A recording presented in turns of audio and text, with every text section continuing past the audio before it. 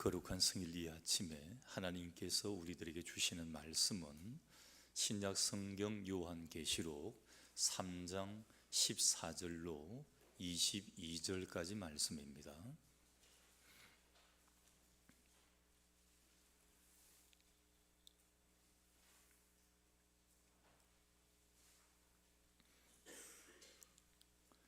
라오디게아 교회의 사자에게 편지하라. 아멘이시요 충성되고 참된 증인이시요 하나님의 창조의 근본이신 이가 이르시되 내가 내 행위를 아노니 내가 차지도 아니하고 뜨겁지도 아니하도다.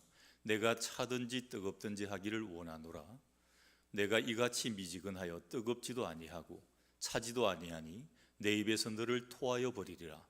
내가 말하기를 나는 부자라 부유하여 부족한 것이 없다 하나 내 공고한 것과 가련한 것과 가난한 것과 눈먼 것과 벌거벗은 것을 알지 못하는도다.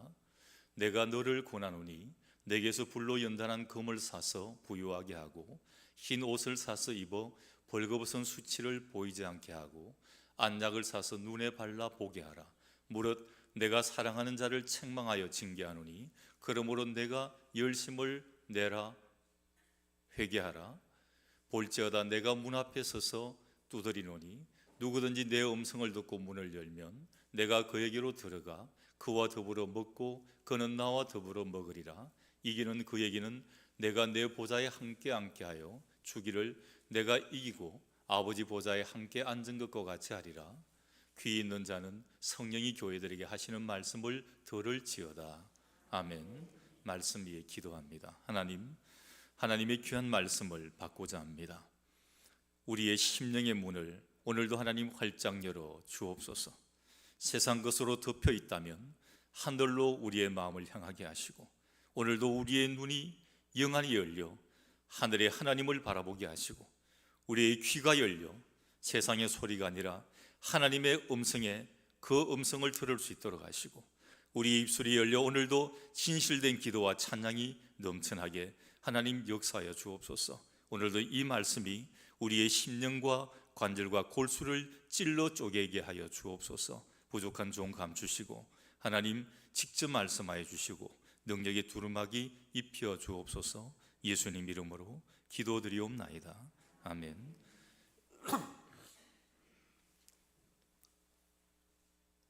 우리나라에 기독교가 들어온 초창기 때입니다. 초대교회 성도들 참 많은 핍박이 있었습니다. 교회를 마음대로 나갈 수가 없었어요. 교회를 출석하는 것 때문에 집안에서 파문을 당하기도 하고 또 내어 쫓기기도 했습니다. 조금은 가난했고 조금은 무식했고 그렇지만 이들에게 있었던 것은 순수한 열심이었습니다. 예수 그리스도를 향한 그 복음에는 어떤 것도 거침이 없었습니다. 자기의 희생도 두렵지 않았습니다. 자기가 손해보는 것도 육체적인 고난도 그들은 두려워하지 않았습니다. 말씀을 듣기 위해 한겨울에 수십 리 길을 걸어갑니다. 산을 하나 넘어갑니다. 주일날 아침에 도착할 수가 없을 것 같아 미리 토요일날 교회에 와서 추운 마룻바닥에서 하루를 지나고 주일을 맞이하는 그런 사람들도 있었습니다. 주일을 지키기 위해 핍박과 손해를 감수했습니다. 기도하기 위해 온 밤을 새우고 금식했습니다.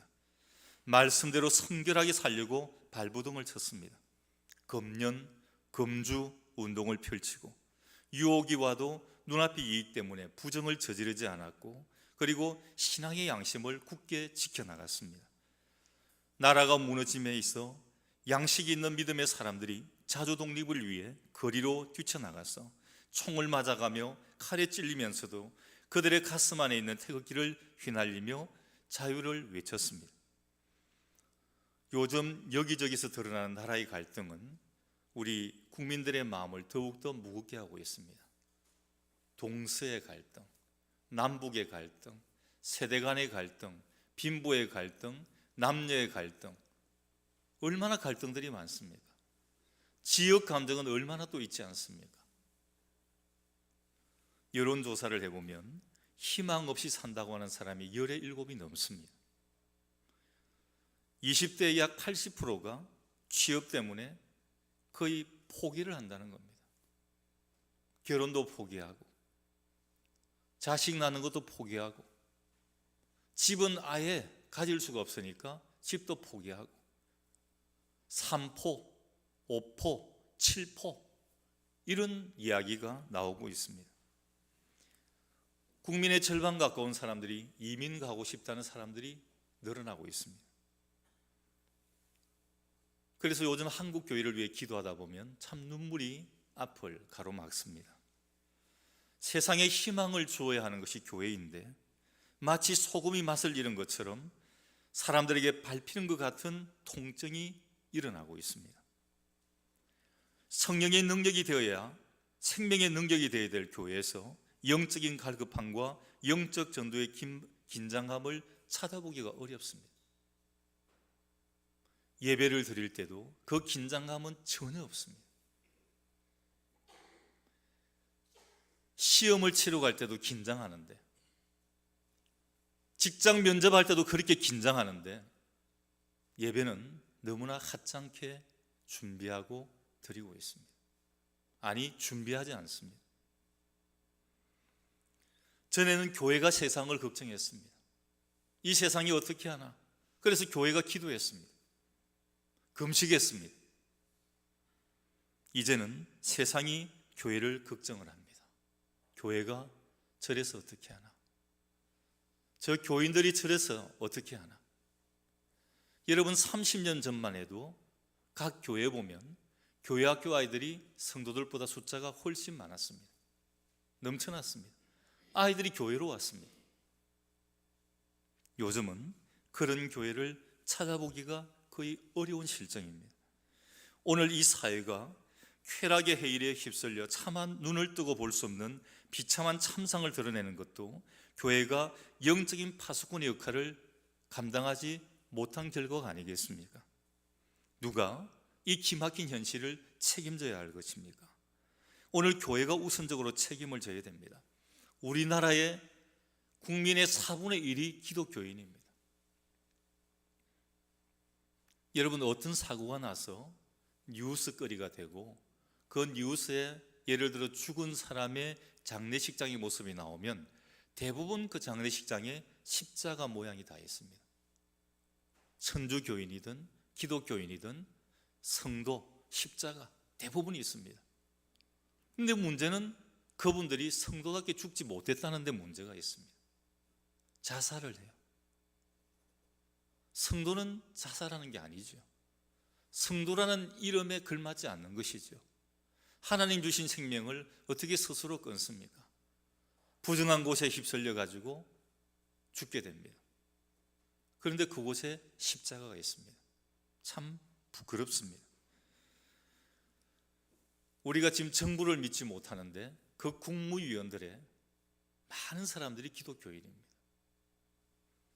국회의원들을 국회의원이다 이렇게까지 말을 하는데 그 국회의원이라고 말하는 그 국회의원들 참 많은 사람들이 기독교인들입니다. 근데 참 많은 부정을 저지르고 있어요. 올바른 정치하지 못하고 있습니다. 이 지도자들이 지금의 이 현실을 정확히 진단하고 세대 간의 날카로운 대립을 하고 있는 이 현실을 놓고 먼저 가슴을 쳐야 됩니다. 우리 역시 방관자가 되어서는 안 되는 것입니다.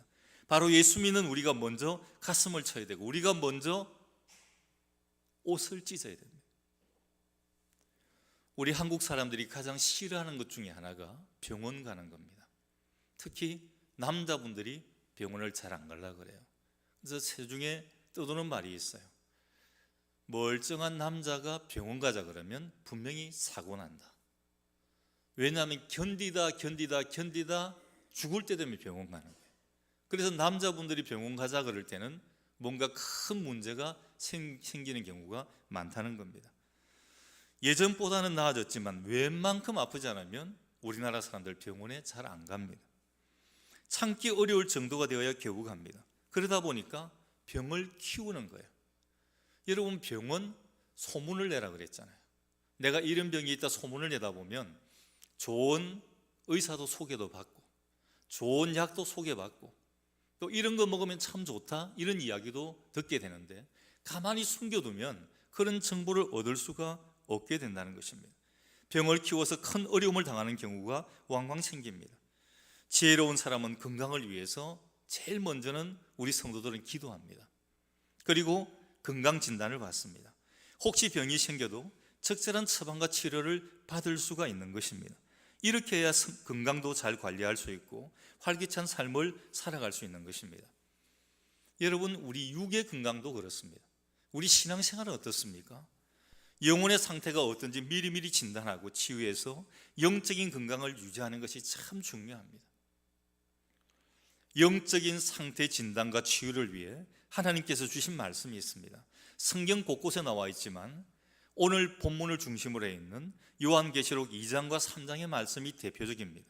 거기에 보면 주님 오신 후 1세기경에 당시 소아시아 7교회에 보낸 편지글이 나옵니다.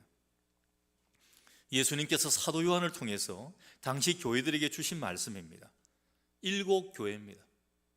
여러분, 7은 완전 숫자입니다.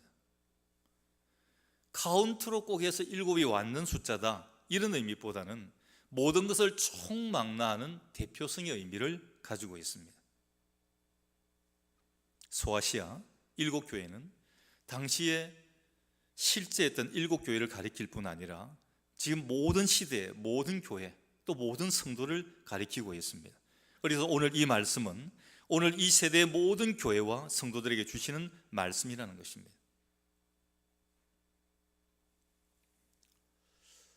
오늘 우리 장로님 기도하실 때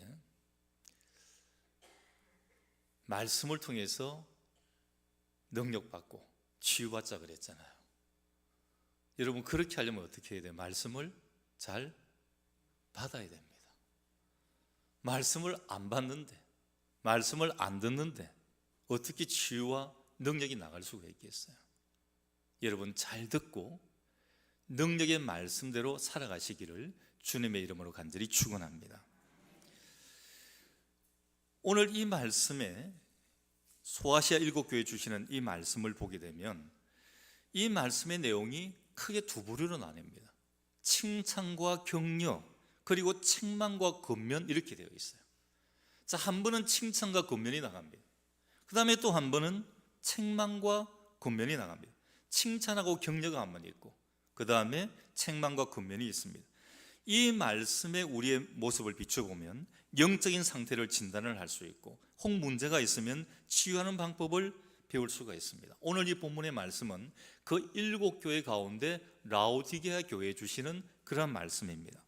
당시 라오디게아 교회의 모습을 통해서 오늘 이 시대의 교회와 성도들의 모습을 보게 됩니다. 오늘 여러분 본문의 말씀을 읽어보셨지만 이 라오디게아 교회의 문제가 무엇이었습니까? 영적인 상태는 어땠습니까? 한마디로 표현하면 이 교회의 문제는 식어진 거예요. 열심히 식어진 겁니다. 믿음이 식어진 거예요. 신앙이 식어진 것입니다. 식어진 가슴, 그것이 그들의 문제였습니다. 그리고 이것은 오늘 우리 한국 교회의 문제요, 오늘 우리 교회의 문제요, 오늘 우리들의 문제일 수 있다는 사실입니다. 오늘 말씀을 묵상하면서 오늘 우리 각자의 영적 상태를 한번 점검해 보시기를 바랍니다.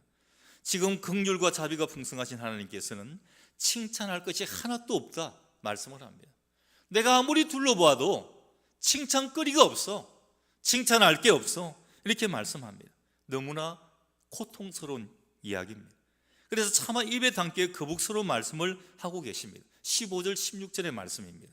내가 내 행위를 아노니 내가 차지도 아니하고 뜨겁지도 아니하도다. 내가 차든지 뜨겁든지 하기를 원하노라. 내가 이같이 미지근하여 뜨겁지도 아니하고 차지도 아니하니 내 입에서 너를 토하여 버리려. 여러분, 음식을 먹어보면 예를 들어 국, 밥 좀 따뜻해야 맛있지 않아요? 식은 밥 별로 맛이 없어요. 국도 조금은 따뜻해야 맛이 있습니다. 여러분, 커피를 주는데 커피가 미지근하면 맛이 있어요, 없어요? 참 맛없습니다. 차라리 찹든지 차라리 뜨겁든지 하면 차가우면 냉커피, 뜨거우면 뜨거운 커피, 그대로대로 마시는데 이게 어중간하게 식어 있는 거는 이게 맹물보다 맛이 없어요. 여러분, 그렇습니다. 오늘 우리의 신앙이 그래요. 뜨겁든지 찹든지 이렇게 하라 말씀을 하는 것입니다.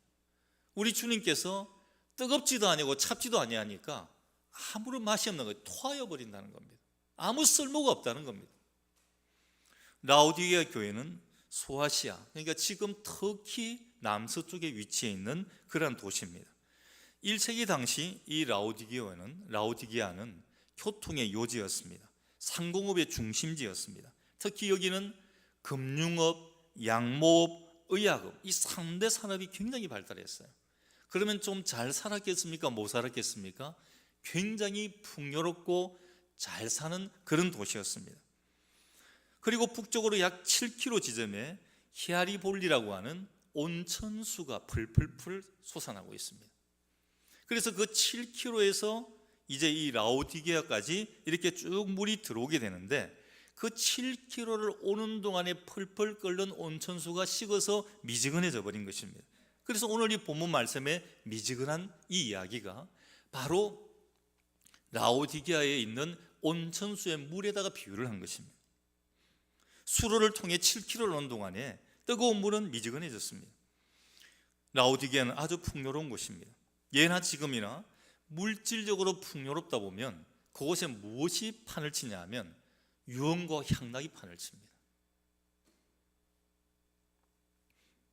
예전에 제가 시무했던 교회가 여기 상주에 있는 함창교회입니다. 함창읍에 있는 교회인데 제가 갔을 때는 그런 걸 전혀 못 보았는데, 그 함창읍이라는 곳이 예전에 굉장히 유흥 이런 쪽에 흥청망청했다는 거예요. 아니, 시골에 무슨 그런 유흥이 할 게 있습니까 하니까 바로 옆이 문경이잖아요. 문경에 탄광이 있었잖아요. 탄광이 막 활성화될 때는 그 탄광에서 월급 타는 날이 되면 이 함창읍에 와서 술 먹고 뭐 이렇게 하면서 유흥을 즐긴다는 거예요. 그래서 함창이 막 흥청망청했다는 것입니다. 여러분, 풍요롭게 되면 참 많은 이런 향락의 문화들이 들어오게 됩니다. 유혹이 많습니다. 라오디게아 교회 성도들이 안타깝게도 그런 분위기에 휩쓸린 것입니다.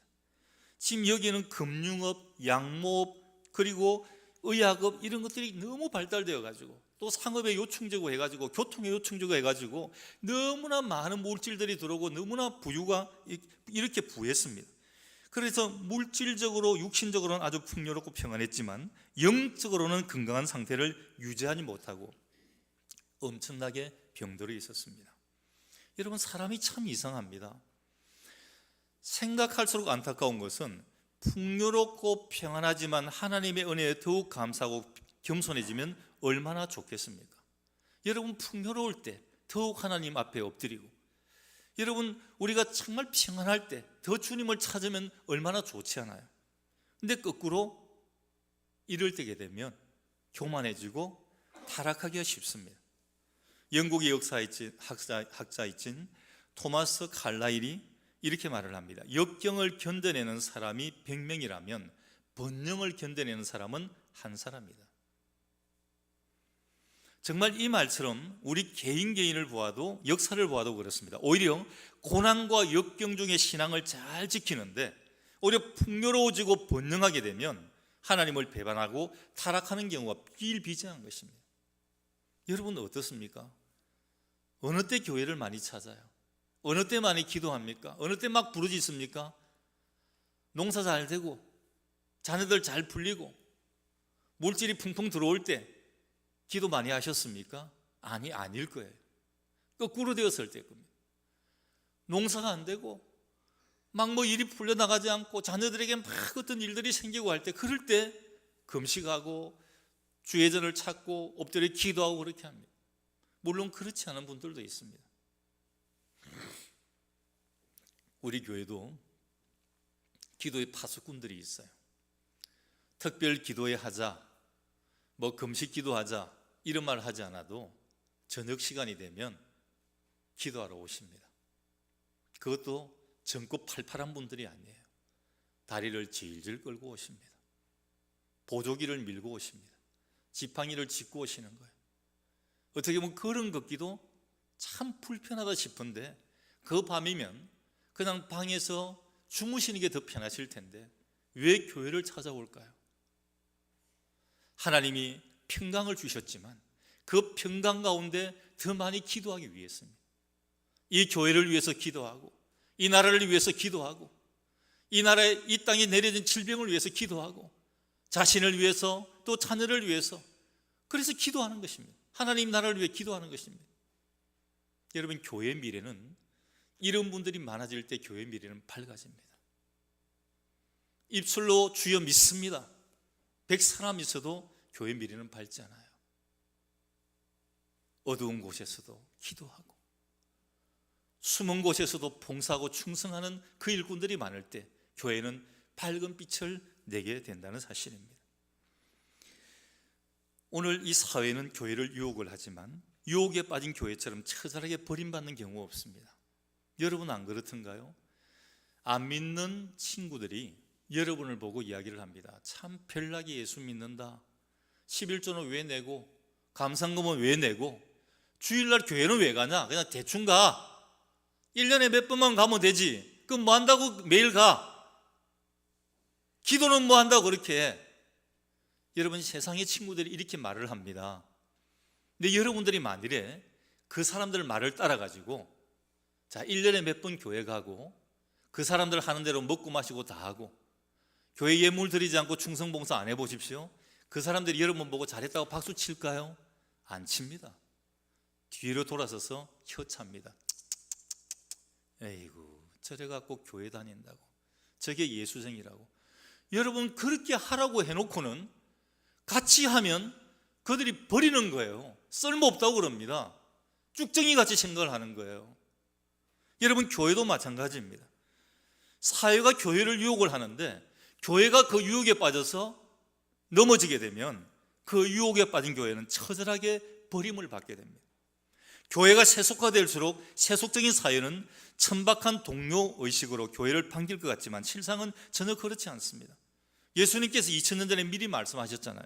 소금이 맛을 잃으면 밖에 버려져 사람에게 밟힐 뿐이라고 그랬습니다. 여러분, 소금은 짠맛이 나야 되는 거예요. 소금이 짠맛이 나지 않으면 그냥 버림을 받게 되는 거예요. 이건 흙보다도 못한 것입니다. 이게 왜 주방에 있습니까? 왜 부뚜막에 있습니까? 있을 필요가 없는 것입니다. 세속화된 교회의 말로가 얼마나 비참한지를 주님은 경고해 주셨습니다. 교회가 핍박을 받다가 로마의 국교로 지정을 받게 됩니다. 그 이전에는 사자밥이 되어서 교회 예수 믿는다는 것 때문에 사자밥이 되고 사형장에 이슬로 끌려가고 목이 베어지고 이렇게 했습니다. 그런데 어느 날 세계를 지배하는 로마의 국교로 지정을 받게 됩니다. 그때부터 교회는 타락하기 시작을 하는 것입니다. 교회가 금권과 권력에 취했을 때 사세계의 교부였던 히에로노무스는 이렇게 말을 합니다. 교회의 벽은 금으로 번쩍인다. 그러나 그리스도는 그 문 앞에서 가난한 사람의 모습을 하시고 죽어가고 있다. 이렇게 한탄하고 있습니다. 여러분, 유럽의 역사가 바로 그 증거 아닙니까? 이제 코로나만 풀리면 해외여행 가야지. 해외여행 중에 제일 여러분들이 꿈을 꾸는 데가 유럽 여행 아니에요. 돈이 좀 많이 들지만 동남아 여행보다 좀 몇백만 원 더 들지만 좀 그래도 한 번, 평생에 한 번은 유럽 여행 좀 갔다 와야 안 되겠나? 근데 여러분, 유럽 가면 제일 먼저 뭐 보입니까? 유럽의 관광의 그 핵심이 무엇입니까? 교회 건물이에요. 교회 건물. 정말 멋지게 지어 놓았습니다. 이야, 사람이 어떻게 저렇게 건축을 했을까? 그 성당의 건물들 안에 해놓은 장식들 보면 정말 기가 막힙니다. 어떻게 저렇게 되었을까? 과거 유럽이 얼마나 하나님을 잘 섬겼습니까? 얼마나 하나님 잘 믿었습니까? 그 거대한 교회당들이 그때 다 지어진 것입니다.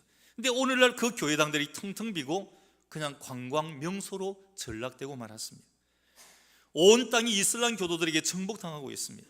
따라서 우리는 풍요로운 시대를 살아갈수록 우리 신앙이 변질되고 타락하지 않도록 더욱더 조심해야 하는 것입니다. 오늘 예수님은 지금 라오디게아 교회의 영적 상태를 진단하고 있습니다. 차지도 않고 뜨겁지도 않은 이 상태라고 말씀을 합니다.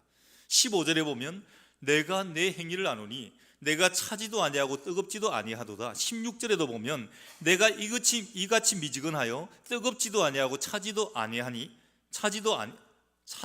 아니하다. 마치 라오디게아의 식어진 온천수와 같은 상태를 지금 말씀을 하고 있습니다. 이같이 여기서 차갑다는 것은 아예 예수님을 믿지 않고 하나님을 부정하는 불신의 상태를 가리킵니다. 뜨겁다는 것은 예수님을 철저하게 믿는 정체성이 분명한 신앙 상태를 가리키는 것입니다. 근데 불행하게도 이 라오디게아 교회 성도들은 겉으로는 믿는 성도 같은데 실제로는 불신자 같은 상태였던 것입니다. 이런 신자를 가리켜 이름뿐인 성도, 명목상의 신자 이렇게 부릅니다. 이런 류의 사람들은 세상의 모든 향락도 좋고 예수를 믿어 천국 가도 좋다는 이런 식입니다. 하나님과 세상에 양다리를 걸치는 것입니다. 근데 더욱 안타까운 것은 자신의 그런 모습을 전혀 모르고 오히려 자기는 신앙생활을 꽤 잘하고 있다라고 착각하고 있다는 것입니다.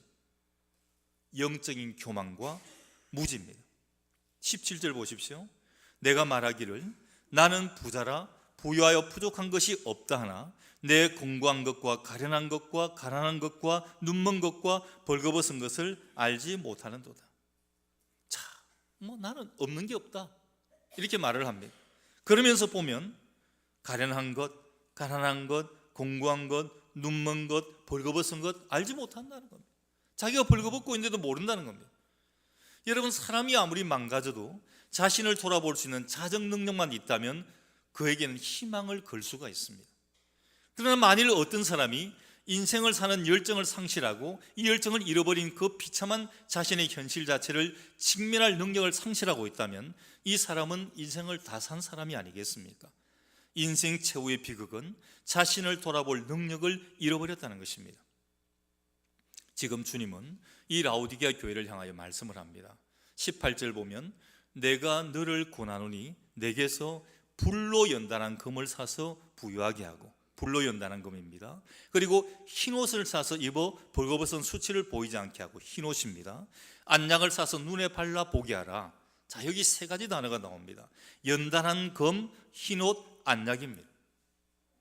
라오디게아 교회 성도들은 돈이 많으니까 영혼도 풍요로운 줄 아는데 그렇지 않았습니다. 그들은 영적인 가난뱅이였습니다. 그래서 불로 연단한 것, 이 말은 온전한 신앙을 가지라는 것입니다. 이것이 진짜 부유함이라는 것입니다.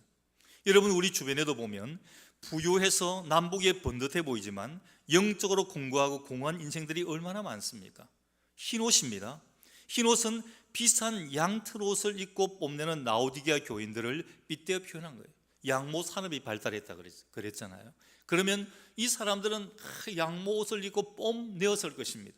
근데 지금 여기 오늘 본문에는 흰옷을 사서 입어가지고 너 벌거벗은 수치를 이렇게 보이지 않게 하라, 이렇게 말씀을 합니다.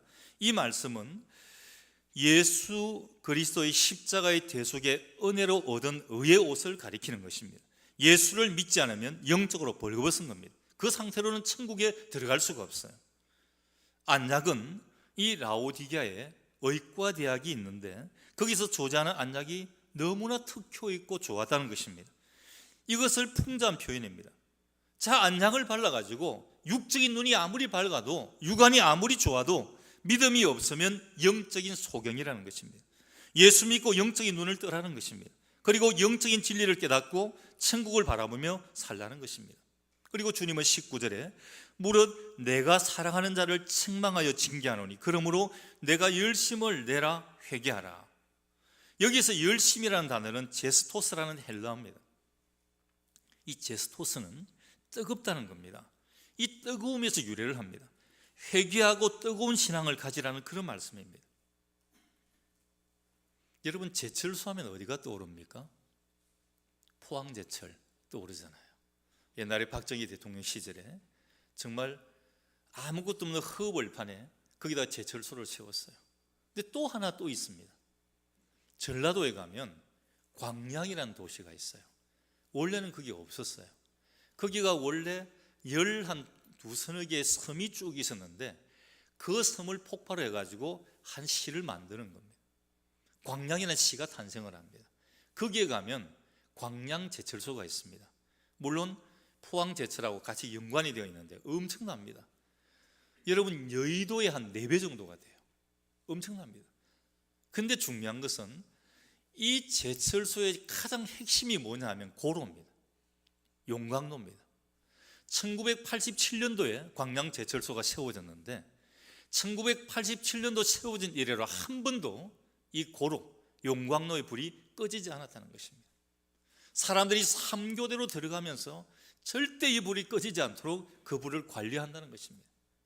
예를 들어 만일에 이 고로의 불이 꺼지게 되면 어떤 폭탄을 갖다 두드려도 그 고로를 깰 수가 없다는 겁니다. 그 정도로 엄청난 것입니다. 이 고로는 이 제철소의 심장이요, 핵심이라는 사실인 것입니다. 이 불이 꺼지지 않도록 그들은 항상 관리하고, 이 불이 꺼지면 이 제철소는 올 수도 되는 겁니다. 아무것도 하지 못하게 됩니다. 여러분 우리 인생도 마찬가지입니다. 성공적인 삶을 살아가는 사람들 그 모두 예외 없이 이 마음의 용광로에, 이 마음의 고로에 불이 붙어 있는 그런 사람들입니다. 열정이 있는 삶을 사는 사람들입니다. 알렉산더가 4만의 군대를 가지고 이수스에서 당시 40만의 다리우스 군대를 격파를 합니다. 대단하지 않습니까? 중국 공산당 초기 멤버인 정강산의 23명의 이 사람들이 장개석의 국민당을 제압을 하고 10억의 중국을 접수할 수 있었던 이 비결도 바로 여기에 있습니다. 하물며 우리에게는 세상의 기백과는 비교할 수 없는 예수 그리스도의 보혈의 능력이 있지 않습니까? 여러분 정말 묻고 싶은 질문이 하나 있습니다. 여러분은 정말 내가 믿는 이 예수님을 위해, 이 복음을 위해, 하나님을 위해 정말 내 이 한 목숨 죽어도 좋습니다, 주를 위해 드릴 만한 이런 자세를 가지고 신앙생활 하시고 있습니까? 나 이 믿음 위해서 내 이 한 목숨 다 바쳐도 정말 아깝지 않습니다, 이런 자세 여러분 가지고 계십니까? 그런 각오 앞에 때로는 희생을 감수해야 됩니다. 이런 각오는 입술로만 되는 게 아니거든. 불이익의 문제도 일어날 수 있습니다. 여러분 생각해 보십시오. 하나님은 우리 하나를 살리기 위해서, 나 하나를 살리기 위해 하나님의 가장 사랑하시는 독생자 예수 그리스도를 십자가에 버리실 만큼 나를 위해 엄청난 희생을 치르셨습니다. 죄로 오염되어 있는 우리를 저주와 사랑의 그 줄을 끊으시고 하나님의 자녀로 삼으실 때는 그만큼의 우리에 대한 기대가 있지 않았겠습니까? 여러분 하나님은 오늘도 여러분들을 기대하십니다. 오늘도 하나님은 여러분들에게 여러분들이 열정을 회복하기를 원하고 계십니다. 그리고 이 회복을 위해서 하나님께서 얼마나 우리와 교제하기를 원하시는지를 잘 나타내고 있습니다. 오늘 20절의 말씀이 그걸 나타내고 있어요.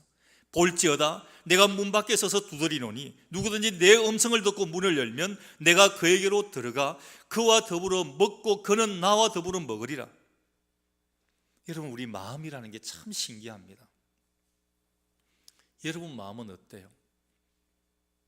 마음에 보면 마음문이라는 게 있습니다. 여러분 세상에 가장 견고한 문이 어떤 문일까요? 어떤 분은 이렇게 말을 합니다. 우리나라 한국은행에 가면 돈 넣어놓는 금고가 있는데 그 문이 제일 열기 어려운 문일 겁니다. 가장 견고할 겁니다. 그렇잖아요. 여러분 가장 견고한 문은 여러분 안에 있습니다. 마음문이에요. 이건 열쇠도 안 돼요. 문 따줍니다. 문 열어드립니다. 그 사람 100번 와도 여러분의 마음문을 열 수가 없습니다. 열고 싶을 때 열리지 않습니다.